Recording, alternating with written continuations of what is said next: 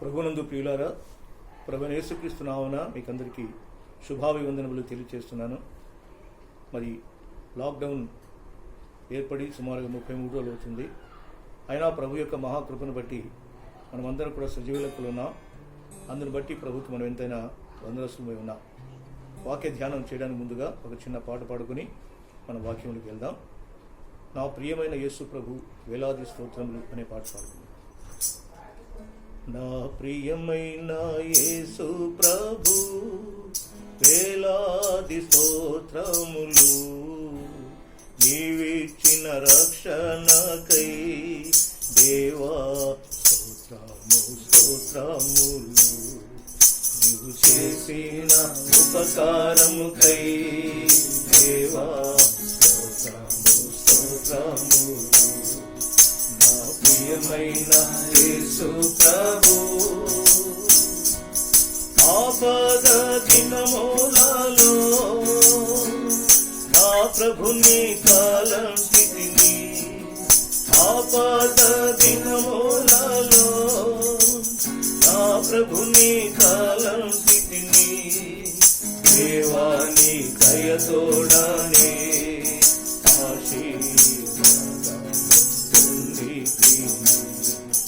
దేవాని దయతోడనే ఆశీర్వాదం పొందితి. నా ప్రియమైన యేసు ప్రభు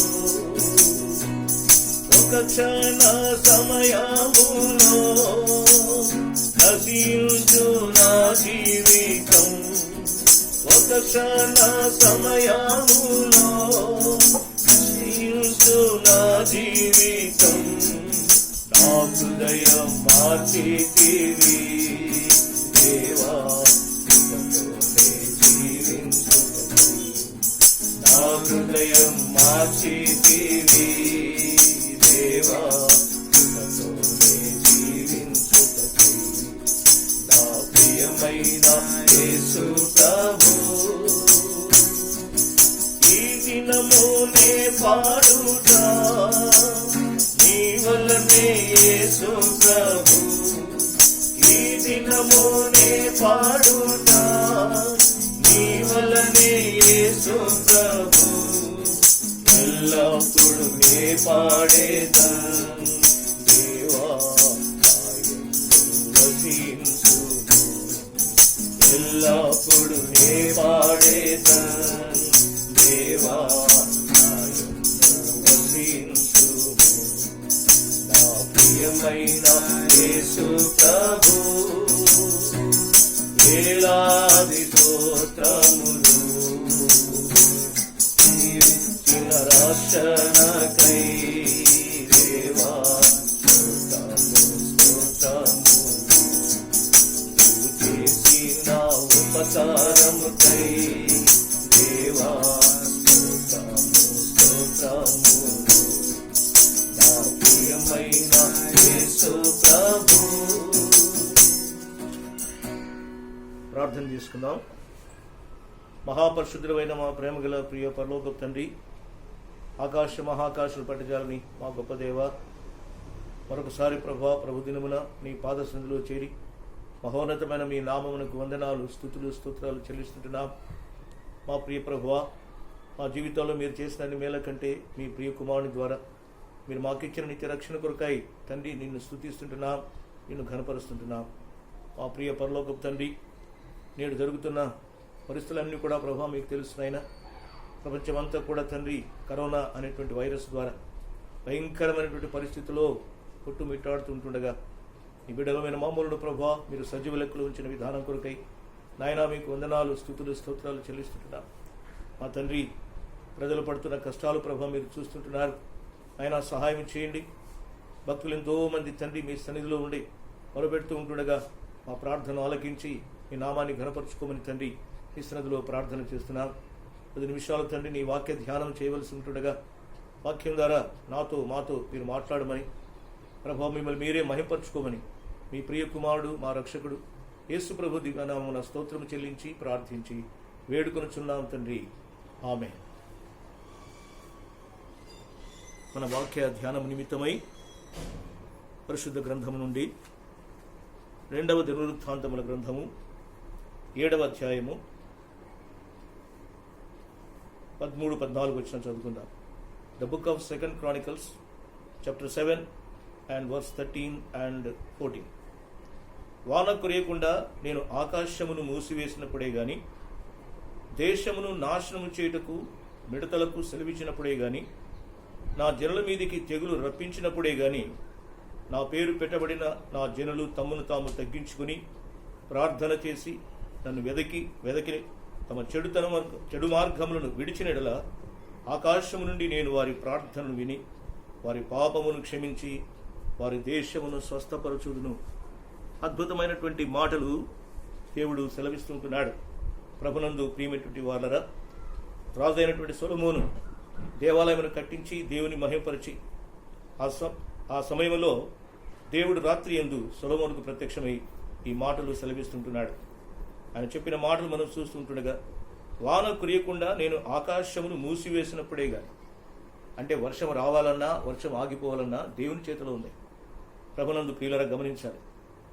మొదటి రాజుల గ్రంథము 17వ అధ్యాయము 1వ వచనంలో మనం చూసినప్పుడు ఏలియా చెప్తాడు, ఏమండి ఏలియా ప్రార్థన చేస్తాడు.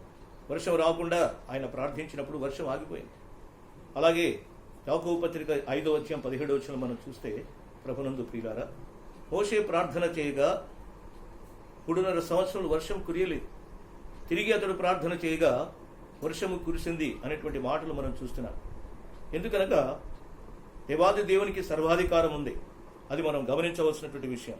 వాన కురియకుండా నేను ఆకాశమును మూసివేసినప్పుడే గాని, దేశమును నాశనం చేయుటకు మిడతలకు సెలవిచ్చినప్పుడే గాని. దయచేసి గమనించండి, ఆయన ఆయుధాలు ఎలాగున్నాయో మనం గమనించాలి. మిడతలు కూడా ఆయన స్వాధీనంలో ఉన్నాయి. ప్రభునందు ప్రియులారా గమనించాలి. ఐగుప్తు దేశంలో దేవుడు 10 సూచక్రియలు చేశాడు. భయంకరమైనటువంటి తెగుళ్ళు, భయంకరమైనటువంటి సూచక్రియలు చేశాడు. అందులో మిడతలు కూడా ఉన్నాయి. ఆ మిడతలు పంటలన్నింటినీ కూడా నాశనం చేసినట్టుగా మనం చూస్తున్నాం. కాబట్టి ఇవన్నీ కూడా దేవుని యొక్క స్వాధీనంలో ఉన్నాయి. అందుకే అంటాడు, ప్రభు అంటాడు, ఏమండి, మిడతలకు సెలవిచ్చినప్పుడే గాని, నా జనుల మీదకి తెగులు రప్పించినప్పుడే గాని ఆయన అంటున్నాడు. కాబట్టి ఈ విషయాన్ని మనం గమనించాలి. ప్రభునందు కూడా ఈనాడు ప్రపంచమంతా కూడా సుమారుగా 210 దేశాలు కరోనా వైరస్తో బాధపడుతూ ఉంటున్నాయి. ఇది ఆకస్మికంగా వచ్చినటువంటిది కాదు. మనకందరికీ ఆశ్చర్యమే. మునుపెన్నడూ మనం ఎరగని రీతిగా ప్రపంచ దేశాలన్నీ అల్లకల్లోలమైపోతున్నాయి. ఈ వ్యాధి చేత బహు బాధపడుతుంటున్నాయి. దీనికి కారణం ఏంటి అని మనం గమనించాలి. ప్రభునందు ప్రియులారా, ఇది కేవలము దేవుని నుండి వచ్చినటువంటిది అని నేను నమ్ముతున్నాను. మానవులు విపరీతంగా పాపము చేసి దేవుని వైపు తిరుక్కోకుండా, దేవుడు చేసిన మేలును మర్చిపోయి దేవునికి వీపు చూస్తూ తమ యొక్క సొంత జ్ఞానం మీద, సొంత బలం మీద ఆధారపడుతూ దేవుణ్ణి తలుచుకోకుండా మానవుడు జీవిస్తుంటున్నాడు. నేనున్నాను అనేటువంటి విషయాన్ని దేవుడు రుజువు చేయడానికి ఈ విధమైనటువంటి పనులు దేవుడు చేస్తున్నాడు. కాబట్టి ఇక్కడ ప్రభు ఒక సొల్యూషన్ ఆయన చెప్తూ ఉంటున్నాడు. దయచేసి గమనించాలి. 14వ వచనం చూడండి. నా పేరు పెట్టబడిన నా జనులు తమ్మును తాము తగ్గించుకుని ప్రార్థన చేసి నన్ను వెదకి తమ చెడు మార్గములను విడిచినట్ల, ఆకాశము నుండి నేను వారి ప్రార్థనలు విని వారి పాపమును క్షమించి వారి దేశమును స్వస్థపరచుదును. ఓ ప్రభునందు ప్రియులారా, గమనించవలసినటువంటి విషయం, ఈ మాటలు నేడు జరుగుతున్నటువంటి పరిస్థితికి ఇవి చాలా సొల్యూషన్గా మనకు కనపడుతున్నాయి. ఇక్కడ ప్రభు చెప్తున్నాడు ఒక విషయం. ఇక్కడ 4 విషయాలు మనం గమనించవలసిన విషయం. నా పేరు పెట్టబడిన నా జనులు తమ్మును తాము తగ్గించుకొని అనేటువంటి మాట మనం చూస్తుంటున్నాం. We have to humble ourselves in the presence of God. మానవుడు విరివెగిపోతున్నాడు. తన జ్ఞానమును బట్టి, తన బలమును బట్టి, తన ఉద్యోగాన్ని బట్టి, తన యొక్క సంపదను బట్టి ఆయా రీతులుగా మానవుడు ఏం చేస్తున్నాడంటే దేవుని సన్నిధిలో తగ్గించుకోకుండా అలాగే జీవిస్తుంటున్నాడు. కానీ ప్రభు అంటున్నాడు, నా పేరు పెట్టబడిన జనులు తమను తాము తగ్గించుకొని అనేటువంటి విషయం చూస్తున్నాడు. ప్రభునందు ప్రియులారా, దేవాది దేవుడు సర్వోన్నతమైనటువంటి స్థలంలో నివసిస్తున్న దేవుడు. ఆయన ఏమంటున్నాడు? ఆకాశము నా సింహాసనము, భూమి నా పాదపీఠము అని అంటున్నాడు. ఆయన ఆకాశం మీద కూర్చుంటే, సింహాసనం మీద కూర్చుంటే ఆయన కాళ్ళు భూమి మీద ఉంటాయి. ఆయన లేచి నిలబడితే ఇంకెంత ఉంటుంది? ఒకసారి మనం గమనించాలి. ప్రభునందు ప్రియులారా, అత్యున్నతమైనటువంటి సింహాసనం మీద ఆసనుడైన దేవుడు మనల్ని మంటితో చేశాడు. మనం ఎంతగా తగ్గించి దేవుని సన్నిధిలో మనం ఉండాలో ఆ విషయాన్ని మనం గమనించవలసినటువంటి వారమై ఉన్నాం. అందుకే యెషయా గ్రంథము 66వ అధ్యాయము 2వ వచనంలో ఒక మంచి మాట మనం చూస్తున్నాం. ప్రభు చెప్తున్న మాటలు గమనిద్దాం, చూడండి. ఎవడు దీనుడై నలిగిన హృదయముతో నా మాట విని వణుకుచూ ఉండునో వారినే నేను దృష్టించుచున్నాను. We have to humble. వణకడం అంటే దేవుని చూసి భయపడిపోయి ఏమండి భయంతో వణికేటువంటి విషయం కాదు. అంటే చెడుతనమును విసర్జించి దేవుని యందు భయభక్తులు కలిగి ఏమండి ఆయన సన్నిధిలో మనం ఉన్నప్పుడు అతనినే దృష్టిస్తున్నాను. ఎవడు దీనుడై నలిగిన హృదయుడై నా మాట విని వణుకుచుండునో వారినే నేను దృష్టించుచున్నాను. ప్రభునందు ప్రియులారా, గమనించవలసిన విషయం, మనకెంత సామర్థ్యం ఉన్నా, ఎంత బలము, ఎంత ఇది ఉన్నా దేవుని సన్నిధిలో ఎప్పుడు కూడా మనం తగ్గించుకోవాల్సిన వారమై ఉన్నాం. బైబిల్లో ఒక గొప్ప రాజు ఉన్నాడు. His name is Nebuchadnezzar. Nebuchadnezzar బబులోను సామ్రాజ్యానికి అధిపతి. He was a great king and he was very famous king. ఆయన చూసి చాలా మంది భయపడేటువంటి వారు.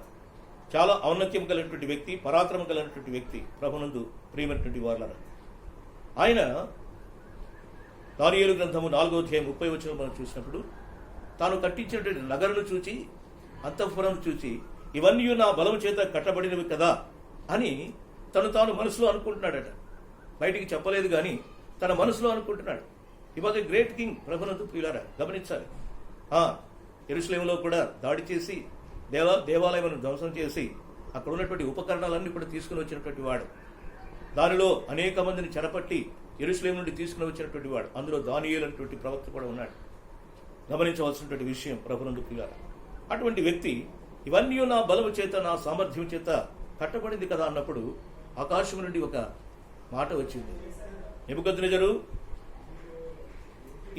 నీవు ఈ మనుషుల చేత నీవు విసర్జింపబడుతున్నావు. వారు నేను కొడతారు.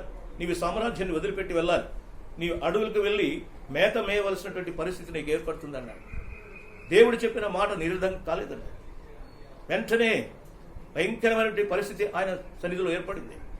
ఏ ప్రజలైతే ఆయన చూసి వణికి భయపడి ఆయన సన్మానించి భయపడుతున్నారు, వారందరూ ఎదురు తిరిగారు. జనులందరూ ఎదురు తిరిగినప్పుడు ఆయన అక్కడి నుంచి పరారైపోతున్నాడు. చూసారా ఎటువంటి పరిస్థితి ఏర్పడింది? అక్కడికి వెళ్ళి అడవులకు వెళ్ళాడట. ఎండకి ఎండి వానకు తడిసి, ప్రభునందు ప్రియులారా, ఆయన వెంట్రుకలన్నీ పక్షుల వెంట్రుకలాగా తయారై, ఆయన గోర్లన్నీ కూడా పక్షుల గోర్లాగా అయ్యాయి. గడ్డిని వేస్తున్నాడు. ఎంత భయంకరమైనటువంటి పరిస్థితి ఏర్పడిందో దయచేసి గమనించండి ప్రభునందు ప్రియులారా. These are not the cock and bull stories. ఇవన్నీ కాకమ్మ గోమ కథలు కావు, కానీ యథార్థంగా జరిగినటువంటి సంఘటనలు బైబిల్ గ్రంథంలో వ్రాయబడి ఉన్నాయి. కాబట్టి ఎంతగా మనము దేవుని సన్నిధిలో తగ్గించుకోవాలి చూడండి. మహారాజు కావచ్చు, ఆయన ఆధిపత్యం ఆయనకు ఉండవచ్చు, ఆయన కింద అనేక మంది సైనికులు, సామంతులు, ఏమంటే దాసులు ఉండవచ్చు, ఆయనకెంతో ఐశ్వర్యము, సంపద, సమస్తం ఉండవచ్చు. కానీ ఎంత ఉన్నా దేవునికి భయపడేటువంటి విషయంలో తగ్గిపోయాడు. తాను హెచ్చించుకున్నాడు. ఆ తర్వాత జరిగిన సంఘటన, ఆకాశం వైపు కనులెత్తాడట. ప్రభునందు ప్రియమైనటువంటి వారు 34 వచ్చిన నుంచి మనం చూస్తే ఆకాశం వైపు కనులెత్తి, అయ్యా దయచేసి నన్ను క్షమించు, గొప్ప దేవుడు అయినటువంటి నిన్ను నేను ఘనపరచుకోకుండా ఈ స్థితిని నేను తీసుకుని వచ్చాను అని చెప్పి 36వ వచనం మనం చూస్తే, ఆ సమయమందు నా బుద్ధి మరలా నాకు వచ్చెను అనేటువంటి మాట మనం చూస్తున్నాం. దేవుని యొక్క ఔన్నత్యాన్ని కనుక్కున్నాడు. దేవుని యొక్క పరాక్రాన్ని చూసి ఆయన గుర్తుపట్టాడు. దేవుడు ఎంతో గొప్పవాడనటువంటి సంగతిని ఆయన తెలుసుకున్నాడు. కాబట్టి అప్పటి నుంచి దేవుని గణపరచడానికి అతడు ట్రై చేశాడు. ప్రభునందు ప్రియ దేవుడు తిరిగి అతని సామ్రాజ్యాన్ని అతనికి ఇచ్చేశాడు. తిరిగి అతని యొక్క ఔన్నత్యాన్ని అతనికి ఇచ్చేశాడు. దేవుడే నిజమైనటువంటి దేవుడిని తెలుసుకున్నాడు ప్రభునందు ప్రియులారా. కాబట్టి మనం గమనించవలసినటువంటి విషయం, మనల్ని మనం తగ్గించుకోవాల్సినటువంటి వారమై ఉంటున్నాం. What a wonderful situation it is. సమస్తాన్ని కోల్పోయినటువంటి వాడు ఎప్పుడైతే తగ్గించుకుని దేవుని తిరిగి కన్నీరు కార్చాడో, దేవుడు తిరిగి అతని సామ్రాజ్యాన్ని అతనికి ఇచ్చినట్టుగా మనం చూస్తుంటున్నాం. కాబట్టి దీన్ని బట్టి మనం తెలుసుకోవాల్సింది, మన యొక్క బలాన్ని బట్టి, శక్తిని బట్టి, ఉద్యోగాన్ని బట్టి, ఐశ్వర్యాన్ని బట్టి, ఆస్తులను బట్టి, సంపదను బట్టి దాని కాదు మనం గర్వించవలసింది. మనం దేవుని యొక్క సన్నిధిలో మనల్ని తగ్గించుకోవాల్సినటువంటి పరిస్థితి మనకి ఎంతో ఉందన్నటువంటి విషయాన్ని మనం చూస్తున్నాం. అలాగే మనం గమనిస్తే 2వ దినవృత్తాంతాల గ్రంథములు 33వ అధ్యాయము 12 నుంచి కొన్ని వచనాలు మనం చదివితే అక్కడ మనము మనష్షే అయినటువంటి ఒక రాజును చూస్తాం. తన తండ్రి అయినటువంటి హిజ్కియా దేవుని యందు భయమును, భక్తిని కలిగి యూదా రాజులందరిలో కూడా గొప్ప వ్యక్తిగా ఉన్నాడు. కానీ అతని కడుపును పుట్టిన కుమారుడు మనష్షే ఏమండి భయంకరమైనటువంటి పరిస్థితిలో ఉన్నాడే. తన తండ్రి పడగొట్టినటువంటి ఆ యొక్క ఉన్నత స్థలములన్నీ కూడా తిరిగి కట్టించాడు. ప్రభునందు ప్రియులారా, గమనించవలసిన విషయం, విగ్రహారాధికుడు అయిపోయాడు. సోదెగాండ్లతో సహవాసం చేస్తున్నాడు, చిల్లంగి వారితో సహవాసం చేస్తున్నాడు, తన కుమారులను అగ్నిగుండంలో దాటిస్తూ ఉంటున్నాడు. భయంకరమైనటువంటి పరిస్థితిలో ఉన్నాడు. ప్రభునందు ప్రియులారా, దయచేసి ఈ విషయాన్ని గమనించవలసింది. దేవుడు చూశాడు. అశ్షూరు రాజును లేపాడు. అశ్షూరులు వచ్చి యూదా రాజును పట్టుకుని, ఆయన మనశ్శేను పట్టుకుని గొలుసులు వేసి చేతులకి, ఏమండి, ప్రజలందరూ చూస్తూ ఉంటుండగా ఈడ్చుకొని పోయారు. ఎంతటి భయంకరమైనటువంటి పరిస్థితి ఏర్పడిందో దయచేసి గమనించవలసిన విషయం. సింహాసనాసీనుడై ఉండవలసిన రాజు, ఏమండి, సిగ్గుతో తల వంచుకొని ప్రజలందరి ఎదుట ఆ యొక్క చేతులకు గొలుసులు వేసి ఉంటుండగా వారు ఈడ్చుకొని పోతున్నారు. ఎటువంటి పరిస్థితికి వచ్చాడో దయచేసి చూడండి. అయినా గాడ్ ఈజ్ గ్రేట్. ఆయన హీఈస్ ఎవర్ లాస్టింగ్ గాడ్. చెరసాల్లో వేసినప్పుడు వెంటనే దేవుని గుర్తుపెట్టుకున్నాడు. ప్రభునందు ప్రియులారా, గమనించండి, దేవుని గుర్తుపెట్టుకున్నాడు. ఇంకొక విషయం నేను ఈ యొక్క మనుషుని గురించి చెప్పవలసి, ఎంత వికెట్ కింగ్ అంటే చరిత్ర చెప్తుంది. ప్రభునందు ప్రియులారా, మహాప్రవక్త అయినటువంటి యెషయాని 2 ముద్దుల మీద పడుకోబెట్టాడట. ఆయన్ని రంపముతో తన కడుపును కోయించినటువంటి సత్య వికెట్ కింగ్ హీస్. ఎంతటి భయంకరమైనటువంటి పాపం చేశాడో దయచేసి గమనించండి. ఈనాడు చెరసాల వేయబడ్డాడు. వెంటనే దేవుని గుర్తు చేసుకున్నాడట. ప్రభునందు ప్రియులారా, కన్నీరు కార్చాడు. తను తాను ఎంతగానో తగ్గించుకున్నట్టుగా పరిశుద్ధ గ్రంథంలో వ్రాయబడుతుంది. ప్రభునందు ప్రియులారా, దయచేసి గమనించండి. 33వ అధ్యాయంలో మనం చూస్తే 12 నుంచి 13 వచనం మనం చూస్తే, అతడు శ్రమలో ఉన్నప్పుడు తన దేవుడైన యెహోవాను బతిమాలుకుని, ఏమండి, దేవుని యొక్క సన్నిధిలో తను తాను బహుగా తగ్గించుకుని ఆయనకు మొరలిడగా అతని రాజ్యమును తిరిగి తీసుకుని వచ్చినప్పుడు యెహోవాయే దేవుడని అతడు తెలుసుకున్నాడు. What a great God he is. ఎంతటి భయంకరమైనటువంటి పాపినైనా తను తాను తగ్గించుకుని తన పాపాలని దేవుని సన్నిధిలో ఒప్పుకున్నప్పుడు దేవుడు ఎంతో కరుణ చూపించేటువంటి వ్యక్తి కావాడు. ఇంత వికెట్ కింగ్ మనం ఎక్కడ చూడగలమా? అటువంటి వాడిని దేవుడు, ఏమండి, ఆయన క్షమించేశాడు. తను తాను బహుగా తగ్గించుకున్నాడట. తన తప్పును తను తెలుసుకున్నాడు. హృదయపూర్వకంగా దేవుని వేడుకున్నాడు. ఎంతగా తగ్గించుకున్నాడో ఇంతగా దేవుడు తిరిగి అతన్ని హెచ్చించాడు. కాబట్టి ఈ విషయాల్ని మనం గమనించవలసినటువంటి వాడమై ఉన్నాం. ప్రభునందు ప్రియమైనటువంటి వాళ్ళరా, అంత మాత్రం కాకుండా మనం చూస్తే బైబిల్ అనేకం ఉంది. గొప్ప గొప్ప వారంతా కూడా దేవుని యొక్క సన్నిధిలో తగ్గించుకున్నటువంటి విషయాలు మనం చూస్తుంటున్నాం. ముఖ్యంగా ప్రభు కంటే ముందుగా వచ్చినటువంటి బాప్తిస్మ ఇచ్చే యోహాను, క్రీస్తు యొక్క మార్గాలను సరళం చేయడానికి వచ్చాడని యెషయా గ్రంథంలో ముందుగానే వ్రాయబడి ఉంది. ఏమండి, ఇదిగో దేవుని గొర్రెపిల్ల, ఏమండి, అతడు నాకంటే శక్తిమంతుడు, ఆయన చెప్పుల వారును ఇప్పుడు కూడా నేను యోగ్యుడను కాను అంటాడు. ఎంత గొప్ప స్టేట్మెంట్ ఇచ్చాడు. యోహాను సువార్త 3వ అధ్యాయం 30వ వచనంలో చూస్తే ఆయన మాట అంటాడు, ఆయన హెచ్చవలసింది, నేను తగ్గవలసింది. చూసారా? He wanted to glorify lord Jesus Christ. He wanted to exalt him. మనం నేర్చుకోవాల్సినటువంటి విషయం ప్రభునందు పిల్లలు, మనం ఎంత గొప్పవారమైనా ప్రభు యొక్క సన్నిధిలో మనం తగ్గించుకునవలసిన వారమైనా. అందుకే యేసు ప్రభు చెప్తాడు కదా, తను తాను తగ్గించుకున్నవాడు హెచ్చించబడను, తను తాను హెచ్చించుకున్నవాడు తగ్గింపబడును అనేటువంటి విషయాన్ని మనం చూస్తుంటున్నాం. మహారాజు అనేటువంటి దావీదు విషయం, ఏమండి, దేవుని హృదయానుసారం, he is of my own heart అని లార్డ్ హిమ్సెల్ఫ్ టోల్డ్. దేవుడు ఒక మంచి స్టేట్మెంట్ ఇచ్చాడు, నా హృదయానుసారుడైన దావీదు నా చిత్తమంతయు నెరవేర్చువాడు అనేటువంటి విషయాన్ని చూస్తున్నాను. So he wanted to build a temple for lord. ఆయన హృదయంలో ఒక కోరిక ఉంది, దేవునికి ఒక మంచి దేవాలయాన్ని నేను కట్టించాలని కోరుకున్నాడు. కానీ దేవుడు ఈ విషయంలో ఆయన మనవిని అంగీకరించలేదు. ప్రవక్తను పంపి ఆ యొక్క దాసుడైన దావీదు ఇలా చెప్పమన్నాడు. వెంటనే అతడు వెళ్ళి దావీదు చెప్తున్నాడు, నీవు దేవాలయాన్ని కట్టించాలని ఆశపడుతున్నావు, ఆలోచన మంచిదే, కానీ నీవు దేవాలయం కట్టించడానికి దేవునికి ఇష్టం లేదు. ఎందుకంటే నీవు అనేక మంది రాజులను చంపావు, నీ చేతులు రక్తంతో నింపబడి ఉన్నాయి, రక్తంతో నింపబడిన నీ చేతుల ద్వారా నీవు ఆలయాన్ని కట్టించడానికి వీల్లేదు. అయితే నీ కుమారుడైనటువంటి సొలొమోను దేవాలయాన్ని కట్టిస్తాడు అని చెప్పినప్పుడు కొంత బాధపడినా ఆలయం కట్టడమే చాలా ఇంపార్టెంట్ అని ఆయన అనుకున్నాడు. ఒక మాట ఆయన తన యొక్క నోటి నుంచి ఒక మాట చెప్తాడు.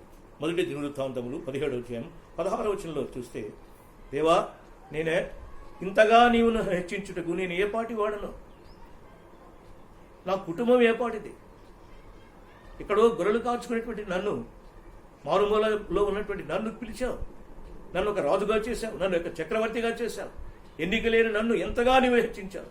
చూసారండి, మహారాజు ఎంతగా దేవుని యొక్క సన్నిధిలో ఆయన తగ్గించుకుంటాడు. కాబట్టి ప్రభునందు ప్రియులారా, గమనించవలసిన విషయం, దేవుడు చెప్పిన మొట్టమొదటి మాట, నా పేరు పెట్టబడిన నా జనులు తమను తాము తగ్గించుకోవాలి. ఎక్కడెక్కడ మనం హెచ్చించబడుతున్నామో ఒకసారి let us rectify our selves through the word of God. దయచేసి ఈ విషయాన్ని మనం గమనించాలి. రెండవదిగా ప్రభు చెప్తున్న మాట ఏమండి, నా పేరు పెట్టబడిన నా జనులు తమను తాము తగ్గించుకొని ప్రార్థన చేసి, this the most important thing. ఏమండి, prayer is just like a backbone for our spiritual life. ప్రార్థన అనేటువంటిది మన ఆత్మీయ జీవితానికి వెన్నెముక లాంటిది. వెన్నెముక లేకుంటే శరీరం పనిచేయదు, శరీరం పడిపోతుంది. ప్రార్థనా జీవితం లేకుండా మనం ఇక దేవుని సన్నిధిలో మనం ఆత్మీయంగా ఎదగలేం. ప్రభునందు ప్రియులారా, గమనించవలసినటువంటి విషయం ఏమండి, prayer brings victory, prayer brings revival. ఇవన్నీ మనకు తెలిసినటువంటి విషయాలే. దయచేసి ఈ ప్రార్థన గురించి మనం ఆలోచన చేసినప్పుడు మనుషులందరికంటే ప్రభు అయినటువంటి యేసుక్రీస్తు వారి యొక్క ప్రార్థనా జీవితము మనకెంతో మాదిరిగా ఉంది. ప్రభునందు ప్రియులారా, గమనించండి. మార్కు సువార్త 1వ అధ్యాయం 35 వచనం చూస్తే, ఆయన పెందలకడ లేచి ఉదయముననే అరణ్యమునికి వెళ్ళి ప్రార్థన చేసెను. ఇంకొక చోట రాయబడింది, రాత్రులందు ఏకాంతముగా ఆయన కొండలకు వెళ్ళి ప్రార్థన చేసెను. ఒక్క విషయం గమనించండి, దేవుని కుమారుడైనటువంటి యేసుక్రీస్తు ప్రభుకి ప్రార్థన అంత అవసరమైతే మట్టి నుండి పుట్టినటువంటి మనకి ప్రార్థన ఎంత అవసరమో ఒకసారి గమనించామని ఈఎం బౌన్స్ అనేటువంటి వ్యక్తి తన యొక్క పుస్తకంలో మాట రాశాడు. Jesus Christ when he was on the face of this earth, he was powerful not because he was the son of God, he was powerful because he was a man of prayer అన్నాడు. యేసుక్రీస్తు ప్రభు మానవ శరీరధారిగా ఈ లోకంలో వచ్చినప్పుడు ఏమండి, ఆయన దేవుని కుమారుడైనందువలన ఆయన గొప్పవాడు కాలేదంట. మరి ఎలా గొప్పవాడు అంటే, ఆయన గొప్ప ప్రార్థనాపరుడు కాబట్టి ప్రార్థన బట్టి ఆయన గొప్పవాడేయాడు. But a wonderful statement it is. ప్రార్థన అనేటువంటిది ఎంత ప్రాముఖ్యమైనది. దేవుడు 24 గంటలు మనకి ఇచ్చాడు. 1 గంట అయినా దేవుని యొక్క సన్నిధిలో మోకరించి మనం ప్రార్థిస్తుంటున్నామా? ప్రభునందు ప్రియులారా, గమనించండి. శ్రమలు వచ్చినప్పుడు ప్రార్థన చేస్తాం, మంచిదే. కానీ శ్రమలు వచ్చినప్పుడే ప్రార్థన చేయడం కాదు, అన్ని సమయాల్లో మనం ప్రార్థన చేయాలి. నూతన నిబంధన గ్రంథంలో న్యూ టెస్టిమెంట్లో ఏముంది ఏమండి, మెలకుగా ఉండి ప్రార్థన చేయడం, అన్ని సమయాల్లో ప్రార్థన చేయడం, ప్రార్థన యందు నిలకడగా ఉండు ఏమండి, అనేక విషయాలు మనం చూస్తుంటున్నాం. ప్రభునందు ప్రియులారా, ప్రార్థన వల్ల గొప్ప గొప్ప కార్యాలు దేవుడు చేయగలిగాడు. మానవుడికి సార్వభౌముడైనటువంటి దేవుడిచ్చిన గొప్ప వరము ప్రార్థన. ఆ ప్రార్థన మిస్యూజ్ చేస్తే మన జీవితాన్ని మనం మిస్యూజ్ చేసుకున్నట్లే. ప్రభునందు ప్రియులారా, అందుకే ప్రభు 2వ మాటలు ఏమంటున్నాడు ఏమండి, తగ్గించుకోవాలి, తర్వాత ప్రార్థన చేయాలి. ప్రార్థనకి 2 వ్యక్తులు అవసరం, ఒకటి నీవు, రెండవది దేవుడు. మన మధ్య ప్రార్థన అనేటువంటిది ఉంటుంది. తన దాసుడు ప్రార్థన చేసి తన మొరలను దేవునికి విన్నవించినప్పుడు దేవుడు ఆయన చేయవలసినటువంటి కార్యాలన్నీ కూడా ఆయన ఆలకించి ఆయనకు చెప్తూ ఉంటాడు. ప్రార్థన లేకోకుండా ఉంటే ఏం ప్రయోజనం చెప్పండి. ప్రభునందు ప్రియులారా, వాక్యం ఎంత అవసరమో ప్రార్థన కూడా అంతే అవసరం అండి. చాలామంది ఏం చేస్తారంటే వాక్యానికి ఎక్కువ ప్రాముఖ్యత ఇచ్చాడు, ప్రార్థనకి సమయం లేకుండా ఉంటుంది. కొంతమంది వాక్యాన్ని పక్కన పెట్టి 24 గంటలు ప్రార్థన చేస్తుంటారు. అలా కాదు. ఒక పక్షికి 2 రెక్కలు ఉంటేనే అది పైకి ఎగురుతుంది. 2 రెక్కలు లేకపోతే ఒక రెక్కతో అది ఎదగలేదు. అలాగే మన ఆత్మీయ జీవితంలో మనం బాగా ఎదగాలంటే, దేవుని చేతిలో బాగా వాడబడాలంటే వాక్యం ఎంత అవసరమో ప్రార్థన కూడా సమపాలంగా ఉండాలి. సైమల్టేనియస్గా ఈ 2 ఉన్నప్పుడే మనం ఆత్మీయంగా ఎదగడానికి ఆస్కారం ఉంటుంది. ప్రభునందు ప్రియమైనటువంటి వాళ్ళని ఇది గమనించాలి. అందుకే అపోస్తల కార్యముల 6వ అధ్యాయంలో అక్కడ విధవరాండ్రకు భోజన విషయంలో ఇబ్బంది కలిగినప్పుడు అపోస్తలులు వచ్చారు. ఏమమ్మా ఏం జరిగిందంటే, మాకు భోజనం సరిగా పెట్టలేదు, వాళ్ళకు బాగా పెడుతున్నా మాకు పెట్టడం లేదంటే, దేవుడు ఈ పనికి మమ్మల్ని అప్పగించలేదు, దాని విషయమే కొంతమందిని మేము అపాయింట్ చేస్తాం, వాళ్ళు చూసుకుంటారు. మేమైతే ప్రార్థన ఎందును వాక్య పరిచర్యందును ఎడదెగగా ఉందము. చూసారా, అపోస్తలులకు దేవుడు ఇచ్చినటువంటి ఏమండి గొప్ప కృపావరం ప్రార్థన. వాక్యం ఎంత అవసరమో ప్రార్థన కూడా అంతే అవసరమైంది. ప్రభునందు ప్రియమైనటువంటి ప్రార్థన బ్రింగ్స్ విక్టరీ అని మనం అనుకున్నాం కదా. పరిశుద్ధ గ్రంథంలో 2వ దినవృత్తాంతుల గ్రంథంలో 20వ అధ్యాయంలో ఒక మాట రాయబడింది. యెహోషాపాత్ వాజ్ ఎ గ్రేట్ కింగ్. యెహోషాపాత్ అనేటువంటి రాజును మనం చూస్తాం. ఏమండి, అతడు దేవుని యందు భయమును భక్తిని కలిగి అతడు జీవించిన వ్యక్తి. కానీ ఆ సమయంలో 3 సైన్యములు అతని సామ్రాజ్యం మీదకి వచ్చాయట. మోయాబీయులు, మొదటి వచనం చూస్తే అమ్మోనీయులు, మయోనీయులు, ఏమండి మయోనులు కొందరు ఆయన మీదకి దండెత్తి వచ్చాడట. ఈ వార్త ఎవడో వచ్చి చెప్పాడు, అయ్యా 3 సైన్యములు మన మీదకి వస్తున్నాయి అన్నప్పుడు వెంటనే రాజు భయపడిపోయాడు. ఎటువంటి వారికైనా భయం వేస్తుంది కదా. ఒక సైన్యం మీద 3 సైన్యాలు అటాక్ చేస్తే ఎవరికైనా భయం వేస్తుంది. భయపడి ఆయన ఊరుకోలేదు. దేవుని యొక్క మందిరానికి వెళ్ళాడు, సొలొమోను కట్టించిన మందిరానికి వెళ్ళాడు. ఏమండి, అతను ప్రార్థన చేస్తున్నాడు. ఇక్కడ నుంచి మేము ప్రార్థన చేస్తే మా మొరలు వింటానని నీవు వాగ్దానం చేశాడు దేవా. 3 సైన్యములు మా మీదకి వచ్చాయి, మాకు శక్తి చాలదు, నీవే మాకు దిక్కు. Our eyes are upon you అని ఇంగ్లీష్ బైబిల్లో చక్కగా రాయబడింది. నీవే మాకు దిక్కు అని ఏమండి జనులందరూ కలిసి ప్రార్థన చేస్తున్నారు. సమాజం అంతా వచ్చేసి ప్రార్థనలో కొనసాగుతుంటున్నారు. ప్రభునందు ప్రియులారా, అయితే దేవుడు ఒక కార్యం చేశాడు. యెహజీయేలు అనేటువంటి ఒక ప్రవక్తను పంపాడు. యెహోషాపాతు, నీవు భయపడవద్దు, నీవు యుద్ధం చేయవలసిన అవసరం లేదు, యెహోవా నీ పక్షంలో యుద్ధం చేస్తాడన్నాడు. ఉదయముననే అరుణోదయమున నీవు సంగీత విద్వాంసులు పిలువు, యాజకులను పిలువు, మనుషులందరూ రావాలి. అలాగే అందరూ కూడుకున్నారండి. యుద్ధం చేయాలంటే ఏమండి వెపన్స్ లేకోకుండా యుద్ధం చేస్తారని. కానీ వీరి వెపన్స్ ఏంటంటే దేవుని స్తుతిస్తున్నారు. వారు స్తుతిస్తూ ఉంటుండగా దేవుడే మాటుగాండ్రని పెట్టాడట. ప్రభునందు ప్రియులారా, వాళ్ళు ఎక్కడి నుంచి వచ్చారో మనకు తెలియదు, దేవుడే క్రియేట్ చేశాడు. ఏమండి ఆ మాటుగాండ్రు వీరందరినీ పట్టడం చూస్తుంటున్నాం. అంత మాత్రం కాకుండా దేవుడు ఇంకో కార్యం చేశాడంట. వచ్చిన వారిలోనే ఒకరికొకడు పొడుచుకోవడం స్టార్ట్ చేశారంట. దేవుని మహత్కార్యాలు అలాగుంటాయి. ఉదయం చూడగానే ఒక్కడు కూడా మిగిలిపోలేదండి. 3 సైన్యాలు వచ్చాయి, 3 సైన్యాలు కూడా పడిపోయాయి. వచ్చినటువంటి వారి యొక్క ఆహార పదార్థాలని, వస్త్రాలని, వారి ధనాన్ని దోచుకోవడానికి 3 రోజులు పట్టిందట. ఎంత అద్భుతమైనటువంటి కార్యం ప్రభునందు ప్రియమైనటువంటి వారు. అతడు ప్రార్థన చేశాడు, దేవుని సన్నిధిలో విలపించాడు, హృదయపూర్వకంగా దేవునికి ప్రార్థన చేసి మొరపెట్టినప్పుడు God has done a great thing in their life అండి. బెరాకా అనేటువంటి లోయలకు వెళ్ళి దేవుని స్తుతించి వారు ఘనపరిచినట్లుగా పరిశుద్ధ గ్రంథంలో వ్రాయబడుతుంది. ప్రభునందు ప్రియులారా, గమనించవలసిన విషయం. యాకోబు పత్రికలో భక్తులైనటువంటి యాకోబు రాస్తాడు 5వ అధ్యాయం 12వ వచనంలో, మీలో ఎవరికైనా శ్రమ కలిగినడలా అతడు ప్రార్థన చేయవలను, ఎవరికైనా సంతోషం కలిగినడలా అతడు కీర్తనలు పాడవలను. ఈ 2 విషయాలు కూడా భక్తుల జీవితాలు జరిగాయి. దానియేలు గ్రంథంలో మనం చూస్తే దానియేలు మహాభక్తుడు. ఏమండి దానియేలు దేవునికి ప్రియుడు. ప్రభు అంటాడు, దానియేలు నీవు బహు ప్రియుడు, యు ఆర్ గ్రేట్లీ బిలవెడ్. ఎంతగా దేవుణ్ణి ఆయన ప్రేమించాడు మనం చూస్తున్నాం. దానియేలు యొక్క జీవితం అద్భుతమైనటువంటి జీవితం, ఏ స్పాట్లెస్ మ్యాన్. ప్రభు అయినటువంటి యేసుక్రీస్తు వారిలో ఎటువంటి లోపం లేదో, పాపం లేదో, ఆ విధంగా జీవించినటువంటి వ్యక్తి ప్రభునందు ప్రియులారా, దేవుని సంతోషపరిచిన వ్యక్తి.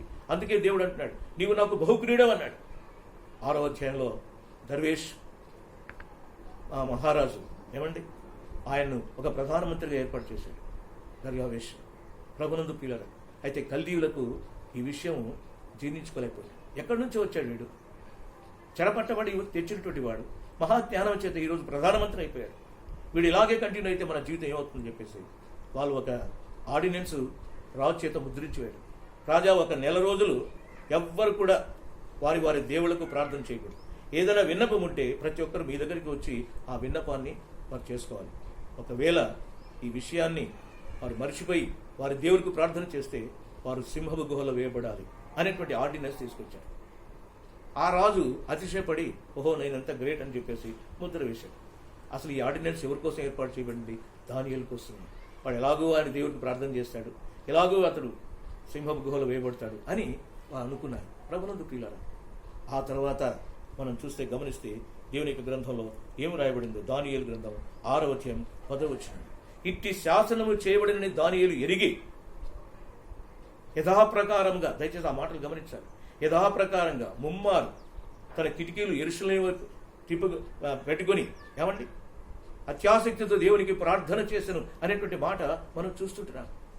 ఆయన యొక్క మనసులో ఎటువంటి ఆందోళన కానీ ఎటువంటి భయము కానీ ఏమీ లేదు.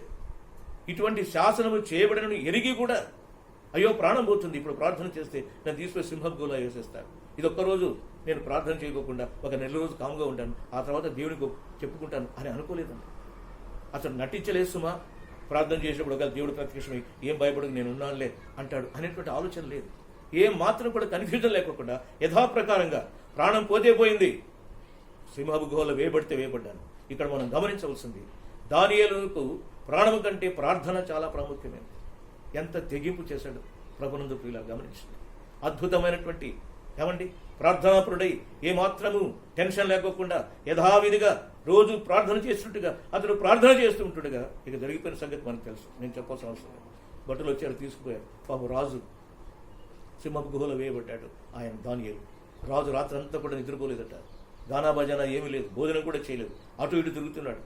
ప్రభునందు ప్రియులారా, అయ్యో దానియేలు ఎంత గొప్పవాడు, దేశానికి ఎంత మేలు చేస్తున్నాడు, నాకెంత ఉపకారంగా ఉన్నాడు, నేను ఎంత అవివేకంతో ఆ ముద్ర వేశానని చెప్పేసి దానియేలు విడిపించడానికి ప్రయత్నం చేశాడంట. కానీ ఒక్కసారి రాజముద్ర పడితే దాన్ని తొలగించడానికి వీల్లేదు. ప్రభునందు పిల్లాడు. అయితే ఉదయకాలంలో వచ్చేది నిత్యము దేవుని సేవిస్తున్న దానియేలు అన్నాడు.